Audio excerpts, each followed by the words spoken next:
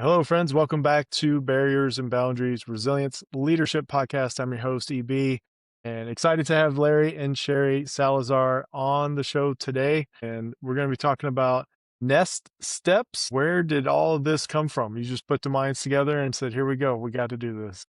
Well, I think that there were a lot of different points throughout our journey where they just started coming together over time. I will say this, that my background, years of background, has been really leading marketing and product management in multiple different industries, right? And some of those industries that I worked in were specifically things like healthcare, health benefits, employee benefits, as well as financial technology. And those experiences in the different industries really lend itself to the work that we're doing right now. Of course, Cheri, you could tell them a little bit about your background, but she brings a wealth of information and wealth of knowledge and insights on the real estate side. And it just makes for a great combination for what we created. Yeah.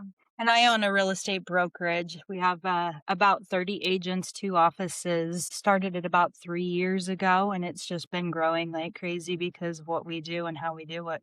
So it's been a really good experience. I talk about resilience a lot, bouncing back from adversity, but also learning from it in the process. You have to have that growth mindset piece to this. So this is a journey and adventure for both of you. That's something that I've always wanted to encourage on every episode. Pay attention, think contextually, think about what is happening to you right now. How does that impact your next step or your future down the road? With my work in real estate, we've kind of started thinking about how do we help people in a little bit more aggressive approach. We were looking at different ways to get into employers and say, hey, how do we help people through their employer? How do we help people in different ways? And with Larry's experience, the HR stuff came up because he worked for a benefits company at one point, and it just kind of spiraled into what it is. It was one thing after another that we just kind of kept adding to it and saying, what about this? What about this? What about this? And Yeah. yeah. Yeah, absolutely. And I would say that the idea formulated recently, the vision of what we're actually creating formulated recently. But I'll give you an example. Going all the way back to the years when I was working at Boeing, this is like 20 some odd years ago. We were living down in Southern California, very expensive, as you know. We were renting a home at the time, and there was an opportunity for us to go purchase a condo, a new condo that came on a listing. And we didn't know what to do. We didn't have the right information. We weren't sure whether we qualified or how to go about doing it. And we ended up walking away from that moment. And less than 3 years later, we ended up leaving Boeing. And it was probably then that I realized the incredible impact of home ownership. But that's one of the starting points, at least for me. Cheri also recognized that even years before that, when we were working in Green Bay, Wisconsin, and you can tell the story, but I mean, at the end of the day, there was a moment where you recognized, hey, if I could have anything, it would be to have a home.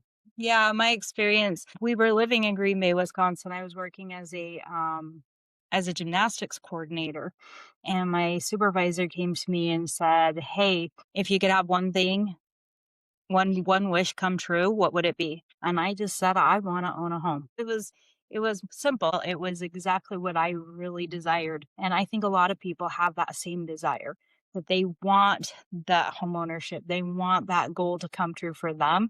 They just don't know how to get there. And they don't know, a lot of them don't even think it's possible. In fact, there's like 90% of renters today believe that they will never be able to afford a home. And that's not okay. But that passion between her and I with regards to the home itself has carried with us all these years. And that Mhm. led us to this idea that, hey, let's take our passion and turn it into something where we can help thousands, hundreds of thousands, and even millions of people all across the country. What sort of obstacles to this benefit have you come across that organizations actually could overcome? I would say that from organizations' perspective, I think there's a little bit of a mind shift that has to happen. For years and years, these businesses offer two cornerstone pieces, right? Healthcare, that could include vision, dental, and so forth. And then the other thing is 401ks. And most everything else is just these ancillary, niche focused benefits, at least for the most part. And so when we look at, a benefit where they contribute to the first thing they think about is, I'm already contributing to 401k, I'm already doing this and that and so forth. But the problem I'm seeing is that, okay, these are benefits that everybody offers, right? One, there's no differentiation for you. So attracting talent is not going to help you in any way to have those benefits. Everybody offers it. It's table stakes. And two, if you look at the benefits that have become cornerstones, these are benefits that really affect the whole employee. It's not just workplace experience. Again, health insurance and 401k became the cornerstone because the employees saw the value thereof. And so they keep adding over the years perks and benefits that mostly affect, and I'm not saying all of it, but mostly affect workplace benefits. And we see it all the time. Ping pong, stocked kitchens, free lunches, and so forth. That all affects what happens in the workplace. And the reality is, what happens at home doesn't stay at home. What happens at home comes with you through that door when you clock in every single day. If you're financially stressed, it shows up in your productivity. It distracts you. And so what happens at work goes home. What happens at home goes to work. So as an employer, you need to think beyond what's happening in the workplace. You need to provide ways to help the employee succeed throughout, whether at home or at work. Because if you don't, one way or another, something will spill over across, whether from the home to the work or the other way around. Employee well-being is a big discussion these days. We talked about psychological safety in the workplace and Yeah. accountability. We want companies to take care of their employees, to treat them well. But if you can take that up a notch, I would imagine the recruiting goes up and the retention goes up. Yeah, absolutely.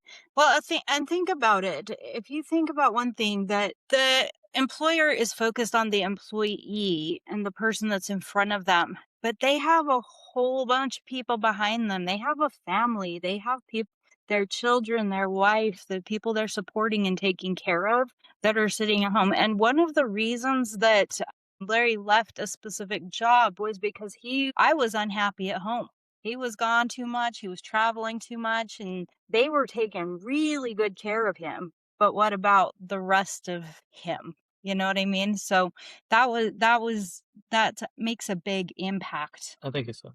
I think so. I will say, in my mind, that is one of the big mind shifts. But I also think that there's another mind shift that employers have to, and that is, we have to stop, as an employer, we have to stop thinking about turnovers and loyalty and productivity as an HR problem. It's not an HR problem. If you think about the cost of just replacing an employee, the studies have shown it's not just what's in the balance sheets. It's not just the amount of hours that your recruiter has spent or the advertising that you spent to find somebody. Think about the teams that are trying to fill the gap when somebody has left. The stress they go to address the gap in the operations. It's the operational slowdown. It is the institutional knowledge that sometimes disappear with that individual. It's productivity going downhill, right? And so while all of this is happening, culture starts to erode and it just perpetuates that turnover. And so there's a lot more to the cost of a turnover. In fact, you have multiple studies, including SHRM and Gallup and so forth. They put the cost of replacing an employee somewhere between 50% to 200% of that employee's salary that you're trying to replace. So it's a huge chunk of change. You can't think of it as an HR problem. You have to think of it as an operational and financial risk to the company. And that's another mind shift. I know that this data has been out for a couple of years now, but it takes time for people to realize this belongs in the C-suite as a discussion, not just in the HR office. And the connection that you made between resilience, well-being with culture. I'd like to kind of dig a little bit deeper into that too, because I'm a big fan of organizational culture. I think the only thing I would like to add is it's about action. When it comes to whether it be culture or climate, nothing happens unless you actually do something about it. It can't just be something that we discuss as being, our motto, right? So you have to do something about that, right? And so in this case, when we talk about what we're doing with the benefits as housing as an employee benefit, that's an action. So you have to demonstrate what you truly believe in, whether it's your culture or the climate itself. You have to be able to act on what you say, what your beliefs are. And this is a manifestation of your beliefs that you care about your employees' well-being. And so that care comes out in the form of the benefits that you provide it can come out in many different forms. I was talking to somebody else on a webinar the other day, and she talks about just those spontaneous moments where people interact with one another and try to perpetuate this culture of caring for one another. That all makes sense. For us, one of the biggest things that we believe are impacting employees' decisions, whether it be they want to stay here or whether they are going to put in their 100% effort every single day, is what happens at home. Again, I'm not saying that that's the only thing that does that, but I am saying that you have to demonstrate what you say. You can't just leave it on the wall as a motto or some kind of slogan.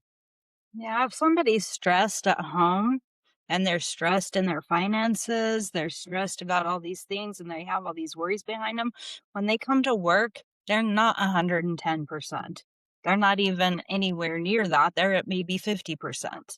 So we have to make sure we're taking care of people in every aspect of their lives. I'm glad you mentioned that financial wellness with the employee wellness. I look at those things. There's so many different aspects of a person: physical, mental, emotional, spiritual, legs of the chair. And if one's broken, it's a little wobbly.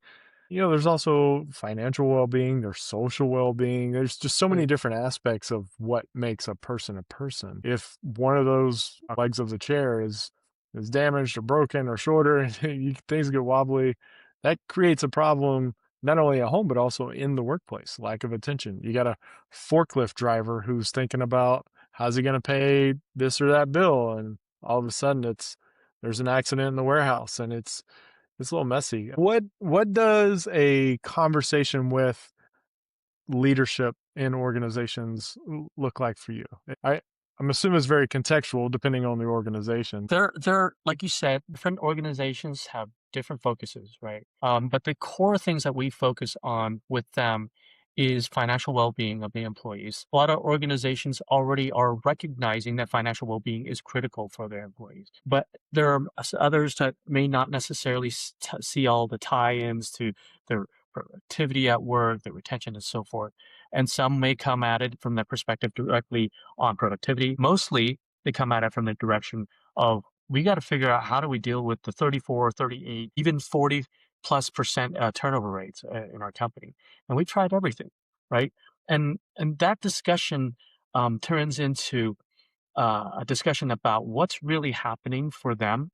It's not just about the money that they're losing. It's also about the fact that they cannot press forward. They cannot grow. They cannot accelerate because they're stunted by this loss of institutional knowledge, the ongoing, the revolving door, new people coming in. You're just busy trying to train them and onboard them. And by the time they're, a year into the job, they're gone, right? And so those discussions are really important. And that's where we try to drive the notion that this is a matter that you have to address, not because it's an HR problem, but because, again, as I mentioned earlier, it's a financial and it's an operational risk. Those are the primary areas that we focus. The financial well-being part of it is is definitely always there, whether it's the lead or it's the secondary, but it's always there. And I think that's wonderful to hear. I think that's incredible because when you're talking to employers and they say, hey, everybody's financially stressed out and we want to help them address that. Okay, then you at least understand how important it is to address the financial well-being of the employee. And that's a very good starting point. We're actually talking about buying homes, settling down, having some roots, kind of alleviating that risk of where am I going to live. I just wanted to make that kind of clear in case some, who are listening, oh, well, some organizations, they'll give you a cost of living allowance. That's not what we're talking necessarily what we're talking about here. Yeah. Now, this is about changing lives. It's about getting your people into a place where they're going to feel like they have the stability. They feel like there's a pride of ownership. They feel like they are embedded in a community. It changes who they are and it changes how they function. And it's interesting because there's a couple of thoughts to your comment there, because the way we change lives are probably on the more superficial level, right? The cost issue, right? At the end of the day, typical households, whether you're renting or you're buying, you're spending about 1/3 or even more on the home itself. That's how much you spend, 34+%. That's your biggest expense.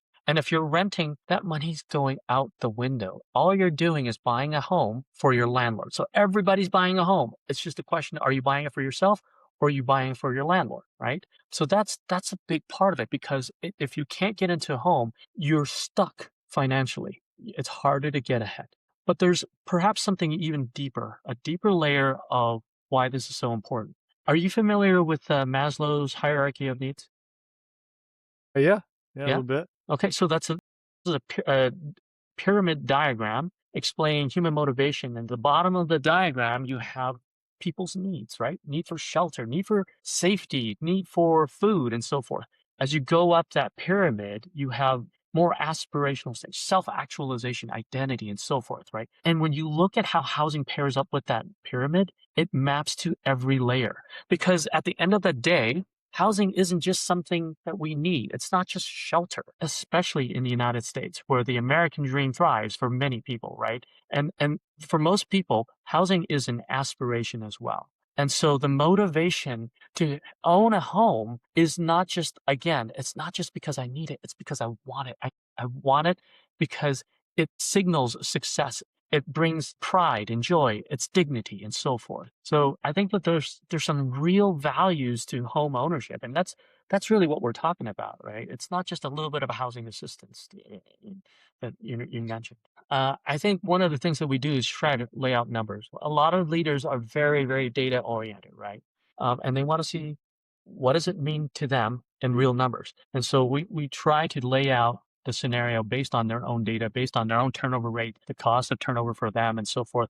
And we try to show them, okay, if you could if you could change the turnover rate by this much, this is how much money you would offset from turnovers and put that money into actually investing in loyal behaviors, right? That's what we're trying to do. And that's what we're trying to communicate to the leaders. If the emotional side, the aspirational side, if all of those things don't connect, let's look at the real numbers, because the real numbers tell you a story that it's hard to walk away from. It tells you that I don't have to keep focusing on replacing employees. I could focus on building a team that's loyal. I can focus on building the skill set that will be retained and be shared with new employees as they come in, as we grow as an organization.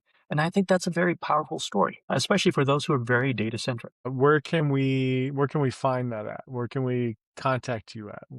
How does someone reach out to you? Well, our website is www .neststepsbenefits.com. So nest, like you said, nest as in bird nest. Also, they can reach us, they can connect with us on LinkedIn. I think that's a great way to do it. If they just reach out to myself or Cheri and connect with us and send us an invite, I think they'll be able to follow us and see the content that we push out there, and they'll be able to see for themselves the impact of home ownership as a benefit for employees. What do you hope leaders see? What's the moving the needle an inch forward for you over the next year, 5 years? I think we want to see people recognize what the difference is in the market right now, that people need homes, they need opportunities. And if they really want to make an impact for their employees, then they need to look at the things that are most important to them. And home ownership is right there at the top of that. So pay attention to what your people need. Pay attention to where their mindset is and what their desires are. Not just, okay, we've got these programs because that's what we've always had. If you look at that risk management, framework, the risks are low and the frequency of risk goes down. We actually did this a workshop, educational workshop specifically for renters. Now, these are people who wanted to participate in NestSteps, but their employers have not signed up to participate. And so we hold these workshops identical to the workshops that we would hold inside a company. Anyway, this was about a month and a half ago that we had a few dozen renters who were in there listening to the things that we were teaching, preparing them for home ownership. And this was not solicited. Cheri was actually in the middle of presenting, but she did say, and just so you know, that this program is something that could be offered through your employer. And if they do, they could offer contributions and so forth. And one gal raised her hand, and okay, this is not 100% verbatim, but it's fairly close. And she said, if I had an employer that offered a benefit like this, I would never leave. And then she added, I would never risk losing a benefit like this for a few dollars more. So if you think about that comment, she's basically saying, one, oh, it does affect loyalty because what you're talking about, hey, they're showing that they care about me and they're investing in me. And two, she would forego incremental raises in order to keep this benefit. And I think that's a powerful testimonial, not just from her, from all the other people who immediately nodded and chimed in and said, yeah, that would be wonderful if they offered it at our place and so forth. And I can tell you those individuals that were in that room are now talking to their HR folks and their managers about see if they could consider, offering NestSteps. But that's a huge testimonial on what employees really want. Get some branded NestStep nets for ping pong tables. Like, hey, like There this, you go. this could be not only your only Combine those two. benefit. Yeah. We'll just go embed our logo on the table. What is this? No, it's one of those things where it's like, why is this not a bigger thing in our society right now? Yeah. Which I'm sure you're asking yourself too. It's like, all right, let's get to It work will and get it be. out there. We're Yeah, working that. yeah. No, it's wonderful. But no, thank you for being on the show and sharing that insight. And I think you're on to something massive here, and I really hope that it does take off for you. And Thank you. it's uh, the idea of servant leadership comes to mind.